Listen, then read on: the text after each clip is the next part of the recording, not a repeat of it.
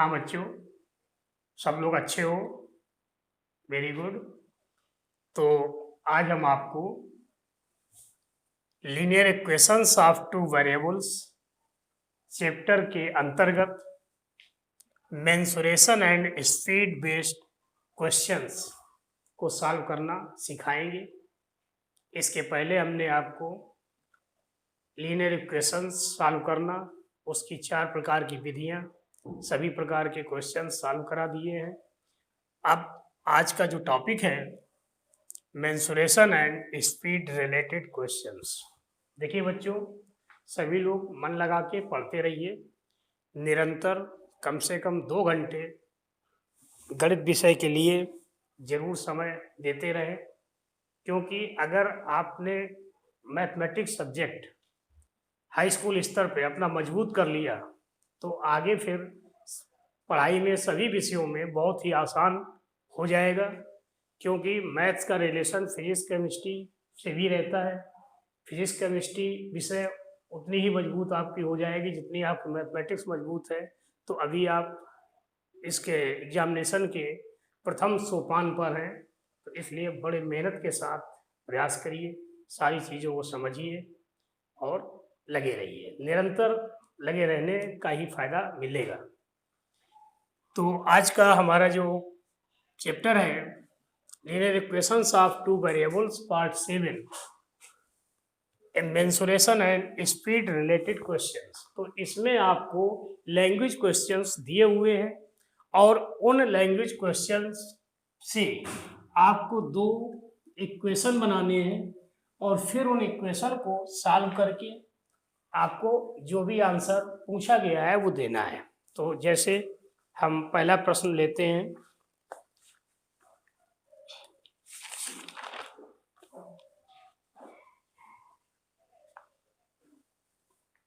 एक चक्रीय चतुर्भुज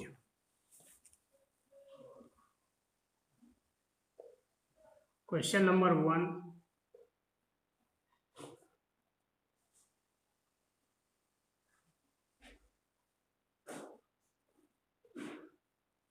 एक चक्रीय चतुर्भुज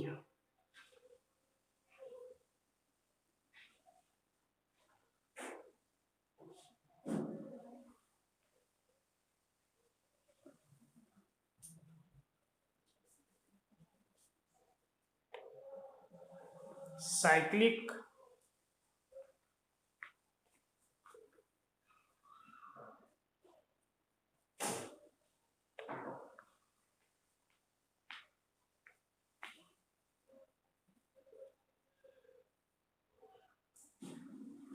साइक्लिक क्वाड्रिलेटरल एबीसीडी के चारों कोण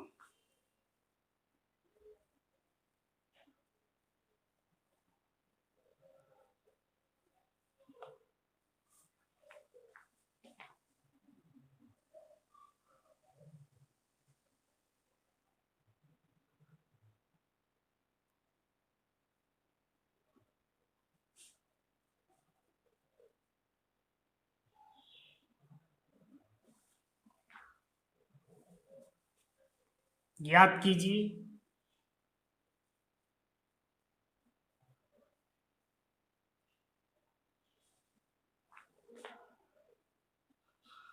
जबकि एंगल ए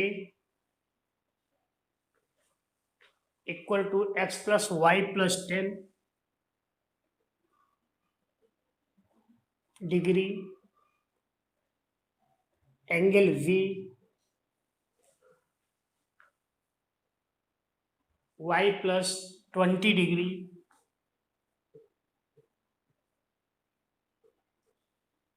एंगल सी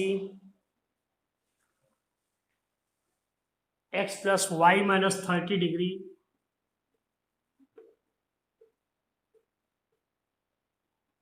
और एंगल डी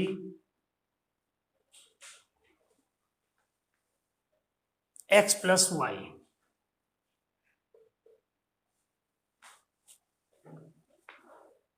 तो यहां पर ये आपका एक प्रश्न है कि एक चक्रीय चतुर्भुज है जिसमें angle A x plus y plus 10 degree, angle B y plus 20 degree, angle C x plus y minus 30 degree, और एंगल डी क्या है, x plus Y degree.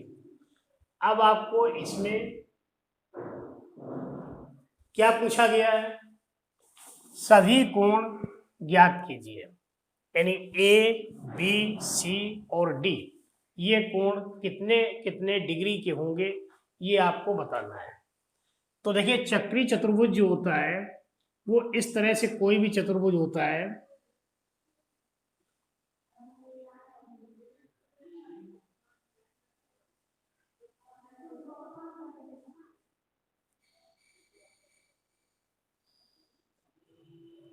A B C D, ये हमारा चक्रीय चतुर्भुज है। इसका मतलब इसके चारों शीर्षों से होते हुए एक परवृत्त की रचना की जा सकती है, इसीलिए इसको बोलते हैं साइक्लिक क्वाड्रिलेटरल। अब इसमें क्या होता है, चक्रीय चतुर्भुज में आपको मालूम है कि आमने सामने के कोणों का योग 180 अंश होता है। जैसे ये एंगल हमारा ए है और ये एंगल क्या है सी, ये आपका एंगल बी और ये एंगल डी। तो चक्रीय चतुर्भुज में A plus C equal to 180, B plus D equal to 180।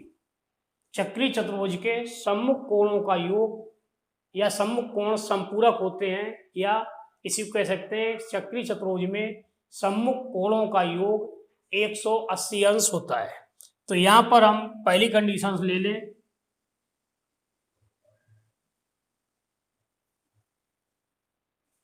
क्योंकि ए बी सी डी एक चक्रीय चतुर्भुज है,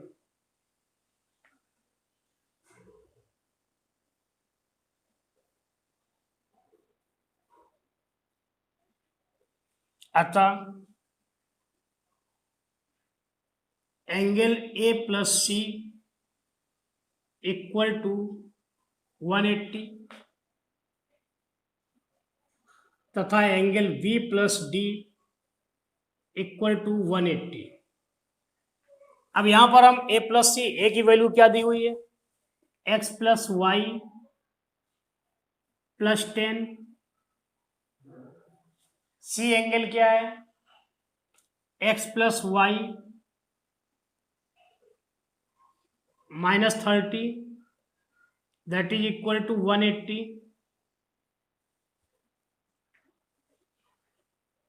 सॉल्व करिए तो x plus x 2x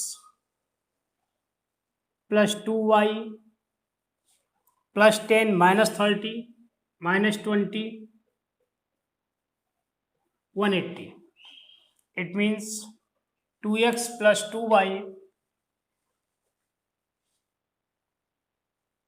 2x plus 2y equal to 180 plus 20 200, x plus y equal to 100। That is equation first.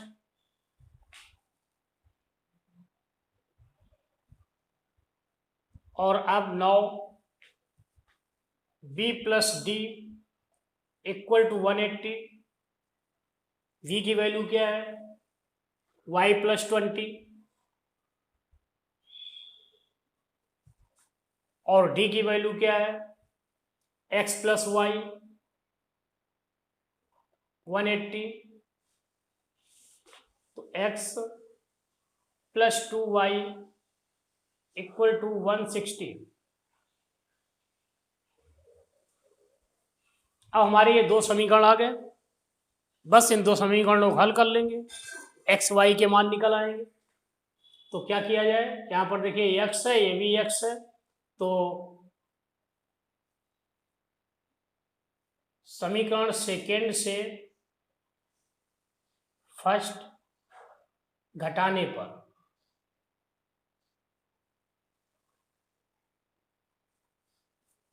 x से x cancel हो गया, 2y minus y y equal to 160 minus 100, y की value 60 आ गई। और अब समीकरण first से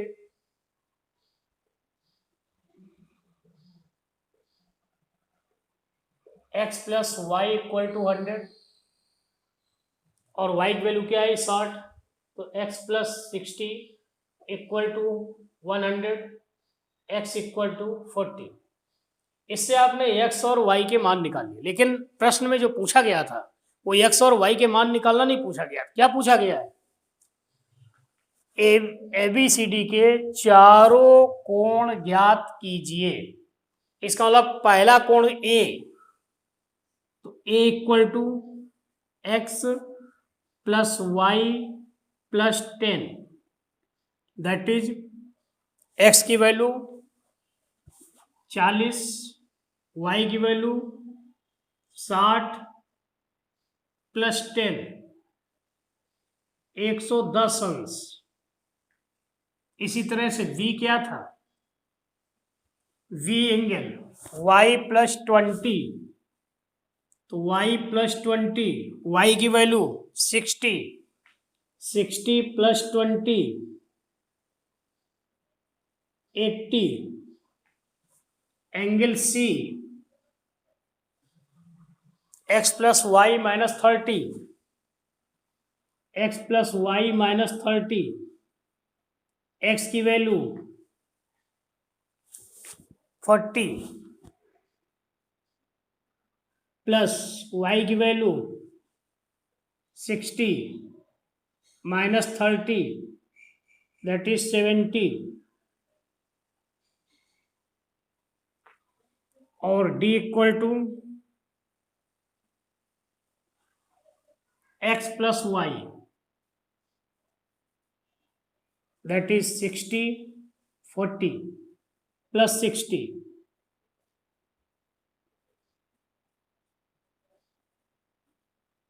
अब यहां पर ये चारों कोण आ गए। ए की वैल्यू कितनी? 110 अंश, बी की वैल्यू 80 अंश, सी की वैल्यू 70 अंश और डी की वैल्यू 100 अंश। अब यहाँ पर चेक कर लेना है कि हमारा आंसर जो आया है ये सही है, इसको वेरीफाई करना है। तो देखिए, चक्री चतुर्भुज में A plus C equal to 180, ए की वैल्यू 110 प्लस सी की वैल्यू 70, 110 प्लस 70 180।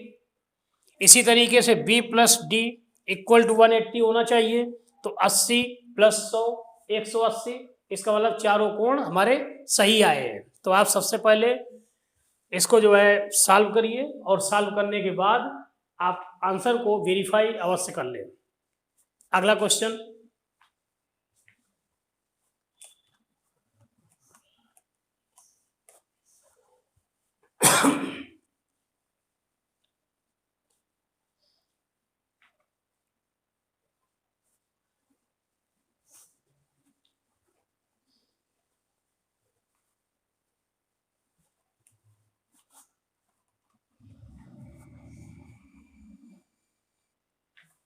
हाँ, तो अब क्वेश्चन नंबर 2, एक आयत का क्षेत्रफल 9 इकाई कम हो जाता है यदि उसकी लंबाई 5 इकाई कम कर दी जाए और चौड़ाई 3 इकाई बढ़ा दी जाए। यदि हम लंबाई को 3 इकाई और चौड़ाई को 2 इकाई बढ़ा दें तो क्षेत्रफल 67 वर्ग इकाई बढ़ जाता है। आयत की विमाएं ज्ञात करें। तो यहाँ पर देखिए, प्रश्न में क्या कह रहे हैं कि एक आयत है और उसका कुछ क्षेत्रफल है।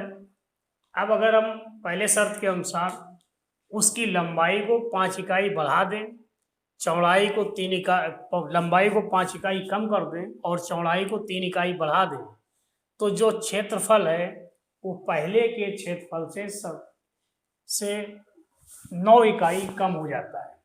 अब इसी तरह से तो यहाँ पर देखिए, इसके सलूशन के लिए आप क्या करें, मान लीजिए ABCD एक आयत है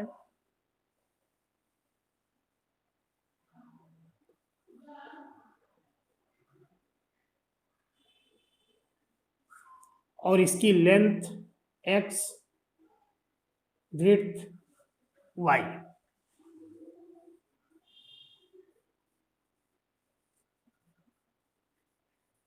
आयत की लंबाई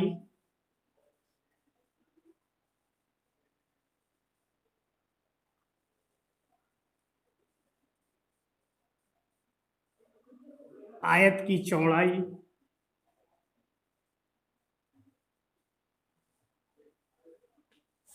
तब आयत का क्षेत्रफल क्या होगा?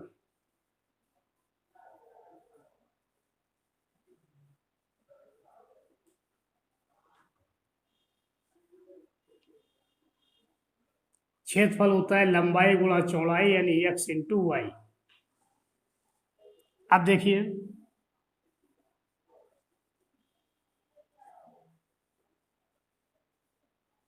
प्रथम शर्त के अनुसार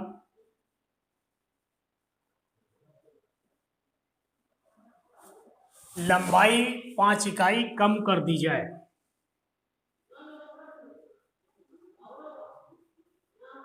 तो लंबाई 5 इकाई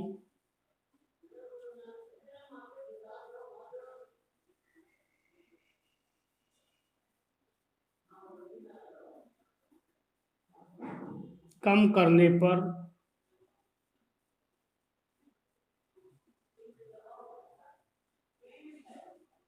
लंबाई क्या होगी?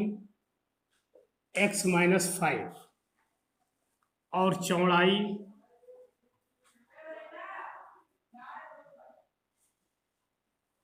तीन इकाई बढ़ा दी जाए तो 3 इकाई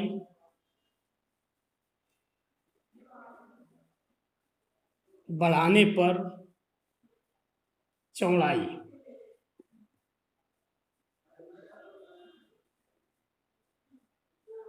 y प्लस 3।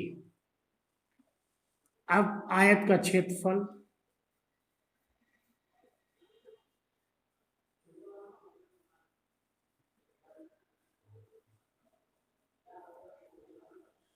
लंबाई गुणा चौड़ाई, लंबाई क्या थी? x माइनस 5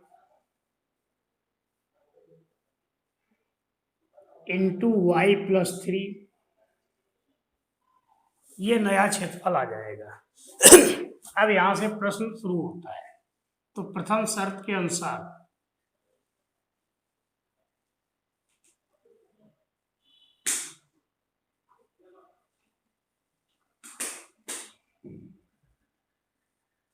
क्या शर्त है? लंबाई 5 इकाई कम कर दी जाए और चौड़ाई 3 इकाई बढ़ा दी जाए तो नया क्षेत्रफल 9 इकाई कम हो जाता है। इसका मतलब पहले क्षेत्रफल ज्यादा था और अब क्षेत्रफल पहले से 9 इकाई कम है। इसका मतलब पहले क्षेत्रफल क्या था? एक्स वाई, जब इसकी लंबाई x और चौड़ाई y, तो क्षेत्रफल ये था minus x minus 5 into y plus 3 that is 9। Solve कर लीजिए। एक्स वाई, एक्स के मल्टीप्लाई करें x y plus 3x minus 5y minus 15 equal to 9। X y minus x y minus 3x plus ये minus 5y plus 5y plus 15,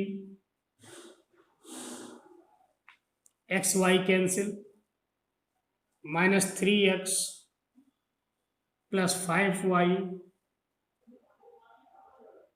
minus 15, 9 minus 15 minus 6, minus 6 से multiply करा दें तो 3x minus 5y,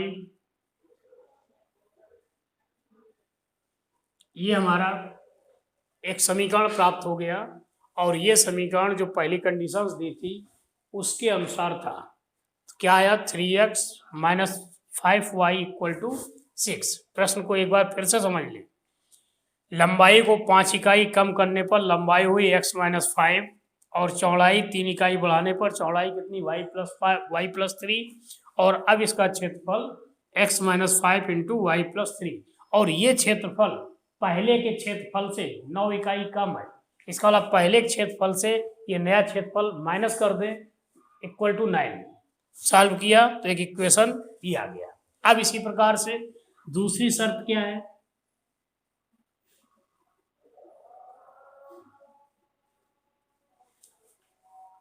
लंबाई को 3 इकाई और चौड़ाई को 2 इकाई बढ़ा दें। तो लंबाई को 3 इकाई बढ़ाने पर लंबाई कितनी हो गई, x प्लस 3।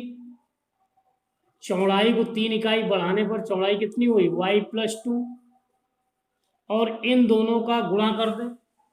तो गुणा करने पर ये नया क्षेत्रफल हो गया। नया क्षेत्रफल कितना बढ़ जाता है, 67। इसका मतलब इस क्षेत्रफल से पहले जो क्षेत्रफल एक्स वाई था इसको माइनस कर दें, दैट इज 67। तो x y plus 2x plus 3y plus 6, 67 minus x y. अब ये एक्स वाई कैंसिल, तो क्या आ गया, 2x प्लस 3y 61।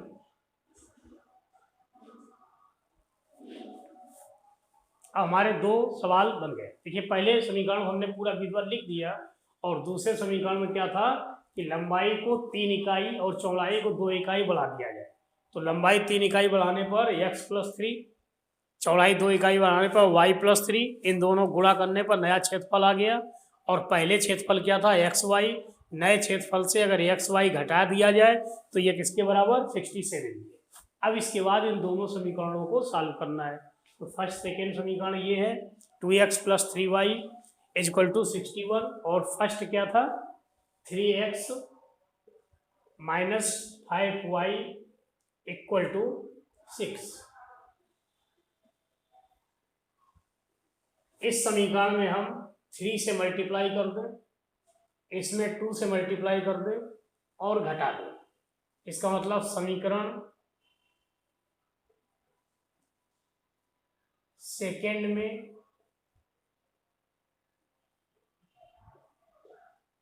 3 का गुणा, फर्स्ट में 2 का गुणा। तो पहले में 3 से गुणा करने पर क्या होगा, 6x प्लस 9y, 3 से मल्टीप्लाई, और इसमें 2 का गुणा करने पर क्या होगा, 6x माइनस 10y, 6 गुणा 2 12, माइनस प्लस माइनस 19y, 183 से 12 घटा 171, 171 upon 90, y is equal to 9। क्या मान आया, y इज इक्वल टू 9, और y का मान किसी भी एक समीकरण में रख दो। समीकरण फर्स्ट से 2x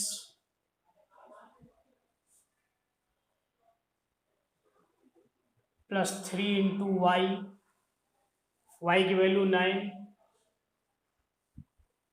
is equal to 61।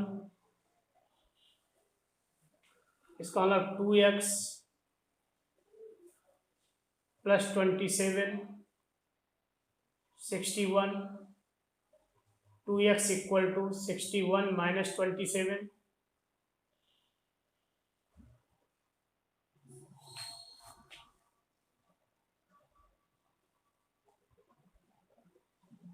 x equal to,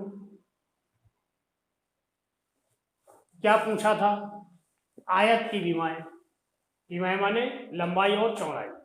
तो आयत की लंबाई आपने x ली थी और चौड़ाई y ली थी, इसलिए आयत की लंबाई x की वैल्यू क्या है, 17 इकाई, और चौड़ाई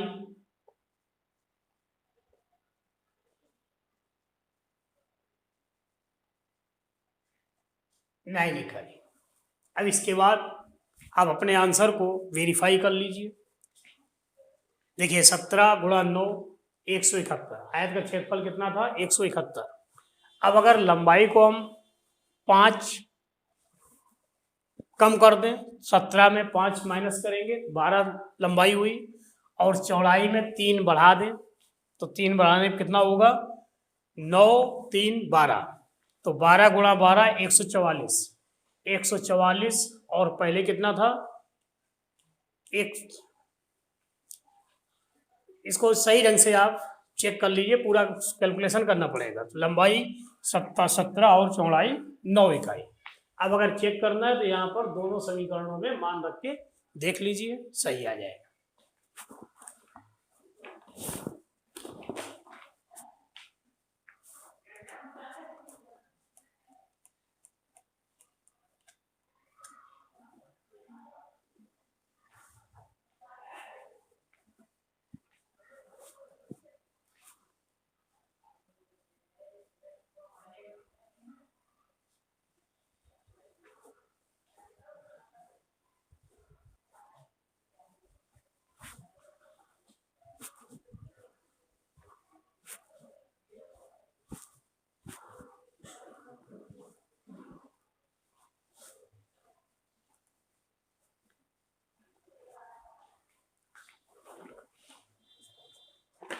नेक्स्ट क्वेश्चन,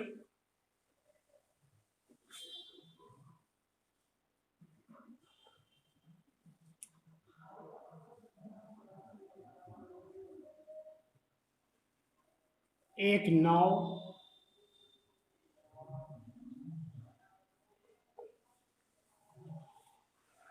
10 घंटे में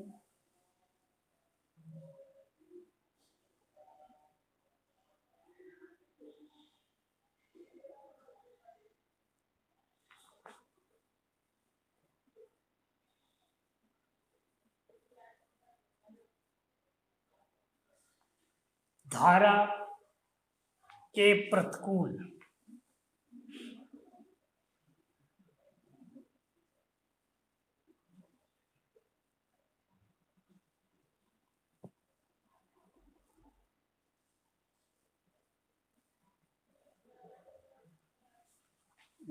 प्रतिकूल अनसुटेबल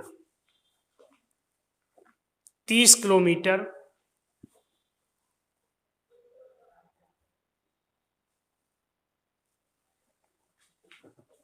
एवं धारा के अनुकूल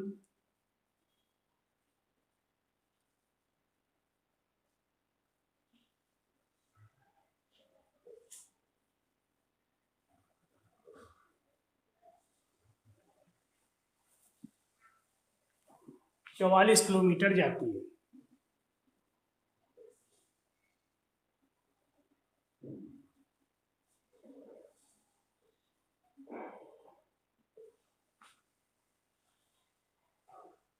तेरह घंटे में वह धारा के प्रतिकूल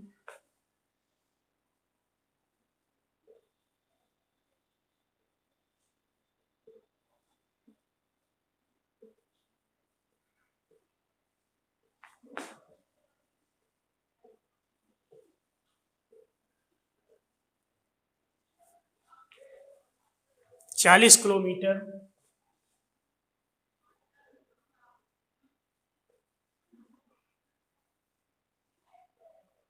एवं धारा के अनुकूल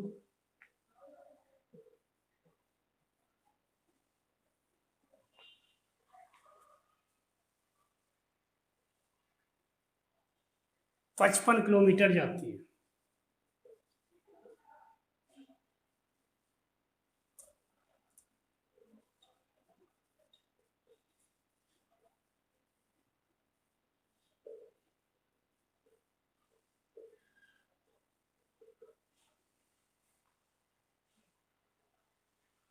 धारा की चाल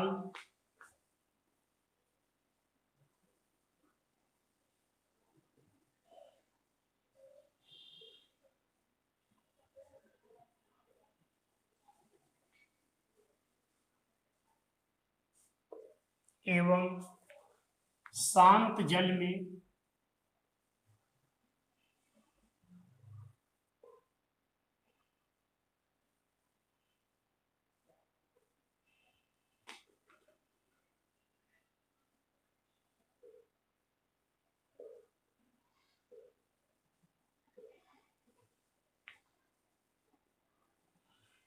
नाव की चाल ज्ञात करें।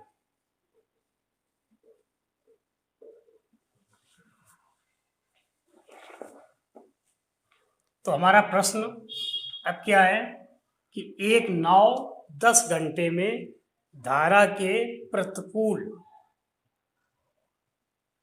30 किलोमीटर और धारा के अनुकूल 44 किलोमीटर जाती है 10 घंटे में, और वही नाव धारा के प्रतिकूल 40 किलोमीटर और धारा के अनुकूल 55 किलोमीटर जाने में 13 घंटे का समय लेती है। प्रश्न ये है कि धारा की चाल और शांत जल में नाव की चाल ज्ञात करनी है। तो देखिए इसमें क्या किया जाए।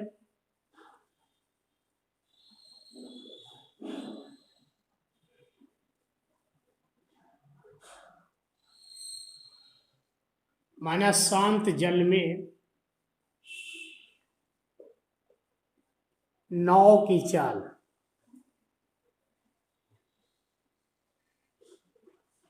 x किलोमीटर प्रति घंटा और धारा की चाल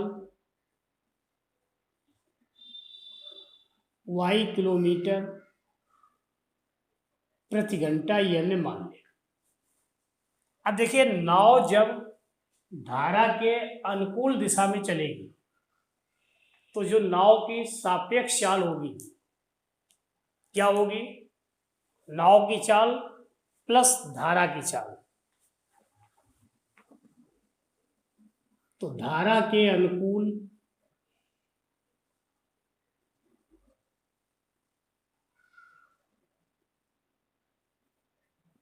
नाव की चाल x प्लस वाई और धारा के विपरीत या प्रतिकूल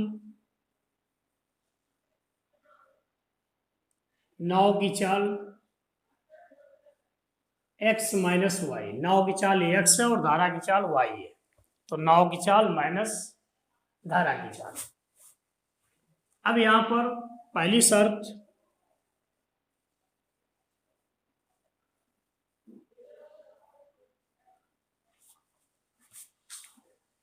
आपको मालूम है चाल बराबर दूरी बटे समय, चाल बराबर दूरी बटे समय। तो पहली शर्त क्या है कि धारा के प्रतिकूल 30 किलोमीटर, इसका मतलब 30 किलोमीटर प्रतिकूल जाने में समय कितना लगेगा, दूरी कितनी है 30, और प्रतिकूल में चाल क्या है x minus y plus 44 kilometre धारा के अनुकूल, तो 44 बटे एक्स प्लस वाई।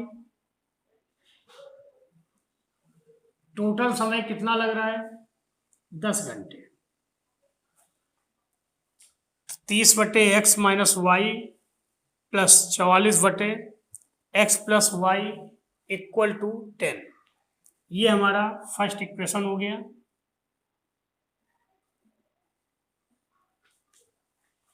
और दूसरी शर्त क्या है,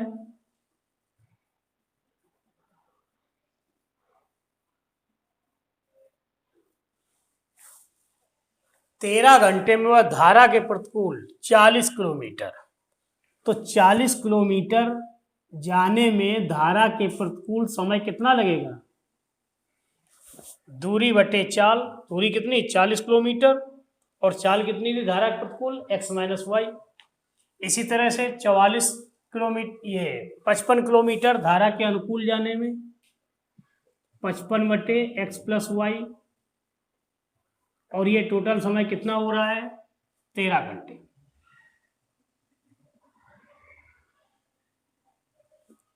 ये हमारे दो समीकरण हो गए। अब इसको सॉल्व करने के लिए हमें क्या करना होगा,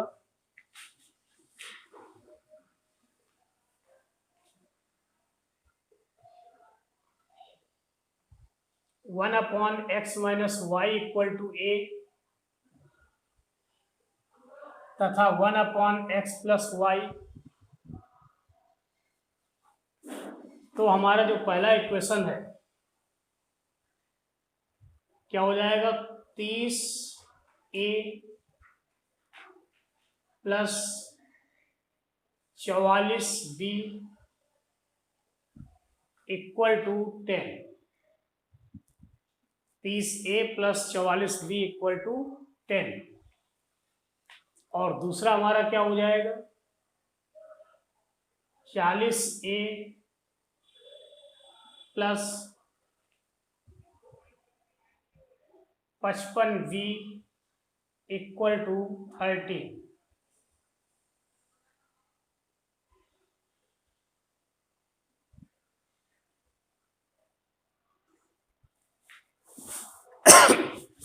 इसको सॉल्व करने के लिए देखिए, ये 30 है, ये 40 है, तो इसमें 4 का गुणा कर दें समीकरण थर्ड में।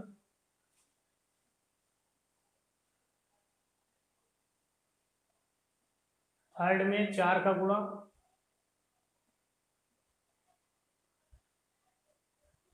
और समीकरण 4 में 3 का गुणा। तो जब इसमें 4 का गुणा करेंगे तो कितना होगा, 4 गुणा 30 गुणा 4 120a प्लस 4 का गुणा कर रहे हैं 176b,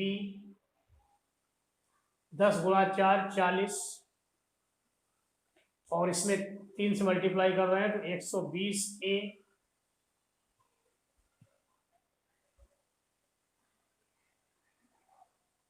प्लस 3 का मल्टीप्लाई 55 गुणा 3 165,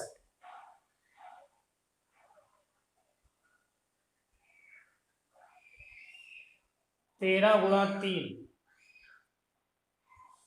39, माइनस कर दीजिए,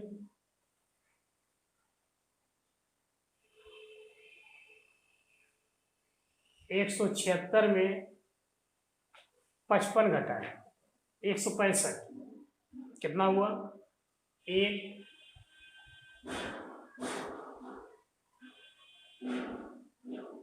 b इक्वल टू 1/11। और अब ये v का मान समीकरण थर्ड में रख के a का मान निकाल लें।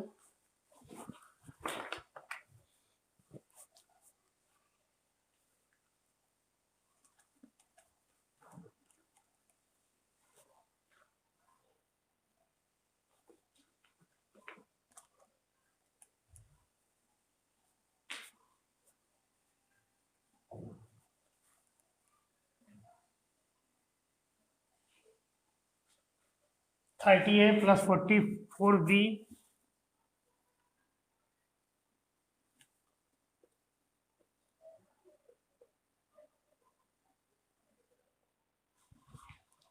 Equal to 10।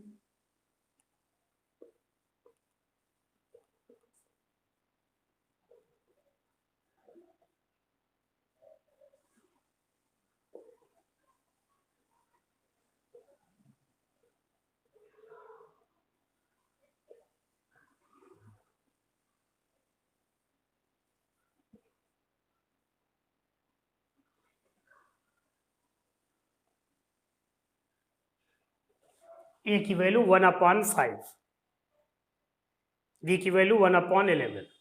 अब हमने ए किसको माना था और बी किसको माना था,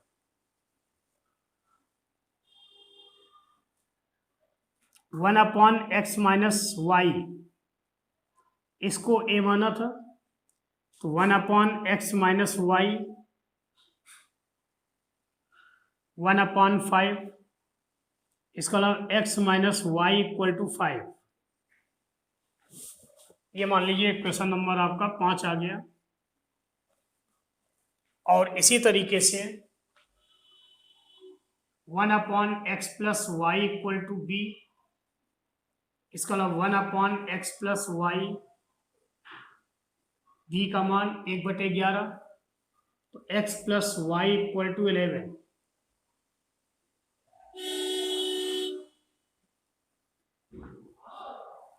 अब हम इन दोनों समीकरणों को सॉल्व करेंगे।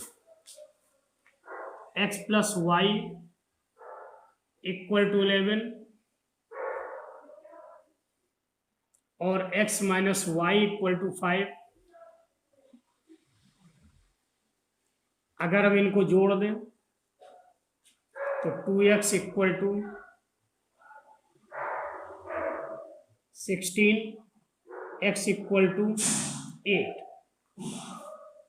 और x की वैल्यू किसी भी एक समीकरण में रख दें तो y equal to 3।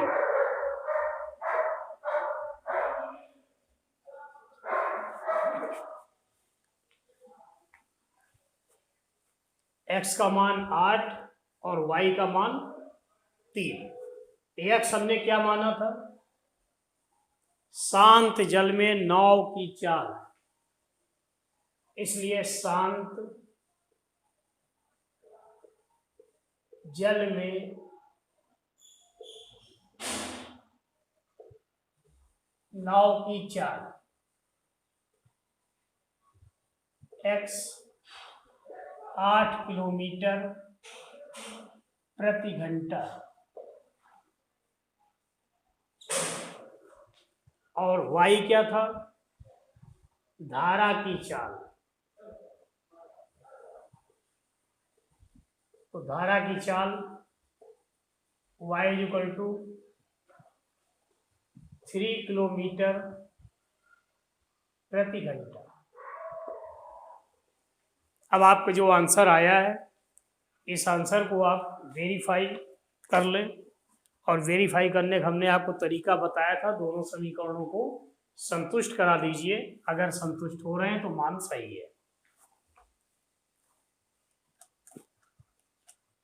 Question number 4, एक नाव 7 घंटे में धारा के विपरीत 32 किलोमीटर तथा धारा के अनुकूल 36 किलोमीटर चलती है, और यह नाव धारा के प्रतिकूल 40 किलोमीटर एवं धारा के अनुकूल 60 किलोमीटर समान समय में चलती है। धारा की चाल और स्थिर जल में नाव की चाल ज्ञात करें। तो अभी हमने जैसे क्वेश्चन नंबर 3 आपको बताया था, उसी तरीके से इसको भी हल करना है। तो देखिए, माना शांत जल में नाव की चाल x किलोमीटर प्रति घंटा, धारा की चाल y किलोमीटर प्रति घंटा, तब धारा के विपरीत नाव की चाल क्या होगी? नाव की चाल माइनस धारा की चाल, यानी x माइनस वाई किलोमीटर प्रति घंटा, और धारा के अनुकूल नाव की चाल प्लस धारा की चाल, यानी x प्लस वाई किलोमीटर प्रति घंटा। तो इतना काम तो आपने कर लिया। अब यहाँ पर हमें पहली शर्त देखनी है कि धारा के विपरीत 32 किलोमीटर और धारा के अनुकूल 36 किलोमीटर चलने में कुल समय 7 घंटे लगता है। इसका मतलब धारा के विपरीत 32 किलोमीटर जाने में समय कितना लगेगा? दूरी बटे चाल। दूरी कितनी? 32 किलोमीटर, और चाल कितनी? धारा के विपरीत x माइनस वाई, तो 32/x minus y plus 36 kilometre धारा के अनुकूल, तो 36 अपॉन धारा के अनुकूल चाल x प्लस वाई, और ये टोटल समय कितना है? 7 घंटे। तो इसको आप सॉल्व किए, एक इक्वेशन बन गया। और हमारी जो दूसरी शर्त है, दूसरी शर्त में क्या कह रहे हैं? यह नाव धारा के प्रतिकूल 40 किलोमीटर एवं धारा के अनुकूल 60 किलोमीटर समान समय में चलती है। तो धारा के प्रतिकूल 40 किलोमीटर चलने में समय कितना लगेगा? दूरी बटे समय यानी 40 बटे x माइनस वाई, और धारा के अनुकूल 60 किलोमीटर चलने में जो समय होगा 60 अपॉन एक्स प्लस वाई धारा के अनुकूल चाल है, 20 से डिवाइड कर दें तो 2 upon x minus y equal to 3 upon x plus y, transfer किया तो 2 upon x minus y minus 3 upon x plus y equal to 0। ये हमारा इक्वेशन नंबर सेकेंड। अब इन समीकरणों को सॉल्व करने के लिए आप 1 अपॉन एक्स माइनस ए की जगह पर या 1 अपॉन एक्स माइनस वाई की जगह पर ए सब्स्टिट्यूट कर दें और 1 अपॉन एक्स प्लस वाई की जगह बी सब्स्टिट्यूट कर दें। तो अगर हम पहले समीकरण में 1 अपॉन एक्स माइनस वाई जगह ए रखेंगे तो ये क्या हो जाएगा 32a plus 36b equal to 7, 32a plus 36b equal to 7, that is equation number third. और यहाँ पर देखिए 1 अपॉन एक्स माइनस वाई की जगह a और 1 अपॉन एक्स प्लस वाई की जगह b, तो ये हो जाएगा 2a minus 3b equal to 0, 2a minus 3b equal to 0। अब यहाँ पर v को हम विलोपित करना चाह रहे हैं, तो यहाँ पर हमारे पहले इक्वेशन में 36v है जबकि ये आपका 3v है, तो अगर हम 3v में 12 का मल्टीप्लाई कर दें तो ये भी 36v हो जाएगा। इसलिए समीकरण 4 में 12 का गुणा करने पर तो जब समीकरण 4 जो कन्वर्टेड रूप आ गया वो क्या आया 12 गुणा 2 24a माइनस 12 गुणा 3 36v इक्वल टू 0 गुणा 12 0। और थर्ड इक्वेशन क्या था 32a plus 36b equal to 7। इन दोनों समीकरणों को जोड़ दें तो जोड़ने पर b वाला पद कैंसिल हो गया।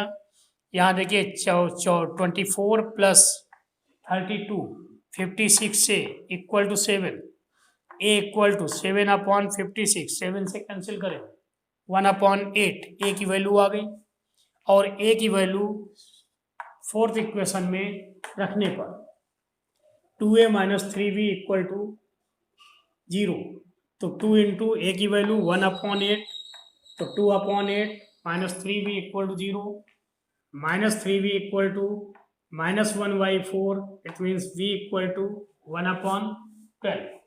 अब यहाँ पर हमें मान a और b के नहीं निकालने थे क्योंकि a और b तो आपने सब्स्टिट्यूट किया है। मान किसका निकालना था x और y का, तो हमने a किसको माना था 1 upon x minus y equal to A.